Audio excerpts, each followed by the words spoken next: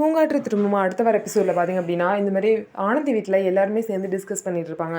அப்போதைக்கு எப்படியாவது இந்த வீரபத்ரனை எப்படி தோக்கடிக்கிறதுன்னு சொல்லிட்டு பிளானை டிஸ்கஸ் பண்ணிட்டு இருப்பாங்க. அந்த நேரத்தில் ஆனந்தியோட அண்ணன் உள்ளே வருவாங்க. உடனே பேச்சை மாற்றிடுவாங்க. என்ன நான் வந்தோடனே பேச்சை மாற்றிட்டீங்க அப்படின்னு சொல்லுவாங்க.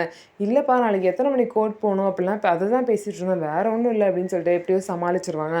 அதுக்கப்புறம் ஆனந்தியோட அண்ணன் பார்த்திங்க அப்படின்னா, அந்த வீரபத்ரன் கிட்ட போயிட்டு அவங்க என்ன பேசுனாங்கன்னு எனக்கு சரியாக தெரியல, ஆனால் நான் ஒன்று மட்டும் சொல்கிறேன், நீங்கள் இது வரைக்கும் எப்படி இருந்தீங்கன்னு தெரில, ஆனால் இனிமே கோர்ட்டில் ஆனந்தி உங்க கூட சேர்ந்து வாழணும் அப்படின்னு சொல்லிடுவாங்க. சொல்லிட்டா கண்டிப்பாக நீங்கள் என் தங்கச்சியை நல்லபடியாக பார்த்துக்கோங்கன்னு சொல்லுவார். என்ன தங்கச்சி மேலே ரொம்ப பாசம் பொழியுது அப்படின்னு சொல்லிட்டு வீரபத்ரன்னு கேட்பாரு. உடனே பார்த்தீங்க அப்படின்னா, ஆமாம் என் தங்கச்சியை எனக்கு பிடிக்கும், ஆனால் எப்படி பாசத்தை வெளிப்படுத்துறதுன்னு எனக்கு தெரியாது, ஆனால் எனக்கு ரொம்ப பிடிக்கும், அதனால தான் சொல்கிறேன் அவளை நல்லா பார்த்துக்கோங்க அப்படின்ட்டு. கவலைப்படாதீங்க, நீங்கள் சொன்ன மாதிரியே நான் நல்லா பார்த்துக்கிறேன்னு சொல்லிட்டு வீரபத்ரனும் வெளியே சொல்லிட்டு மனசுக்குள்ளே பார்த்தீங்க அப்படின்னா, அவளை கொல்றதுக்காக தான் நான் கூட்டிகிட்டே போகிறேன், கோர்ட்டில் மட்டும் எனக்கு சாதமாக கேஸ் முடிஞ்சிருச்சு அப்படின்னா அவளை கூட்டிகிட்டு போய் கொல்றதா என்னோட வேலைன்னு சொல்லிட்டு அவன் மனசில் நினைக்கிறான். ஸோ வீரபத்ரனோட டார்ச்சர்லையும் இந்த மாதிரி மிரட்டல்லையும் இருந்து எப்படி ஆனந்தி தப்பிக்க போகிறாங்க அப்படிங்கிறத பொறுத்திருந்து பார்க்கலாம். நம்ம வீடியோ உங்களுக்கு பிடிச்சிருந்தா நம்ம வீடியோவை லைக் பண்ணிக்கோங்க, மறக்காமல் நம்மளோட சேனலை சப்ஸ்கிரைப் பண்ணிவிட்டு பாருங்கள்.